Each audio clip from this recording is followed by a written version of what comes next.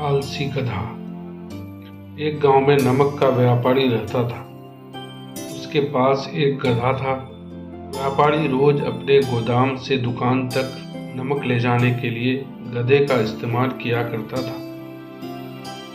वह नमक को बोरी में भरकर गधे की पीठ पर लाद देता और उसके साथ साथ चलता हुआ दुकान तक आता था। व्यापारी का गधा आलसी प्रवृत्ति का था। काम से बचने के लिए वह नित नए उपाय सोचता रहता था। गोदाम से दुकान तक के रास्ते में एक नदी पड़ती थी, जिस पर एक छोटा पुल बना हुआ है।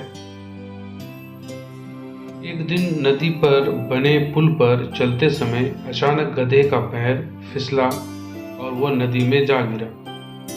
नदी के पानी से नमक की बोरी भीग गई।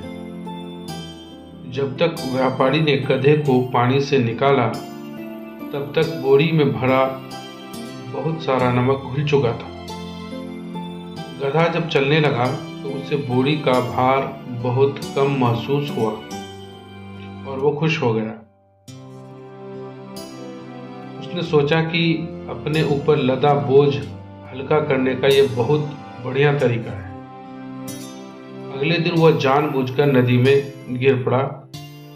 नमक पानी में घुल जाने से बोरी का वजन फिर कम हो गया। उसके बाद से वह हर रोज ऐसा ही करने लगा। रोज रोज गधे की यह हरकत देखकर व्यापारी उसकी चालाकी समझ गया।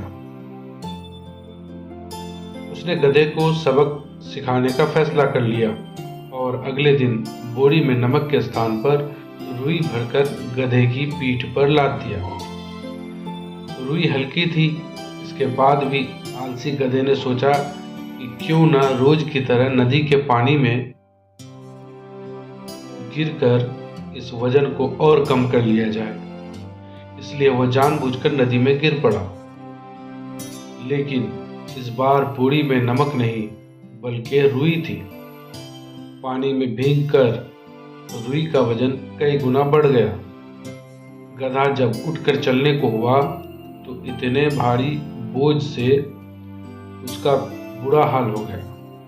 उस दिन के बाद से उसने कभी आलस न करने का निर्णय लिया।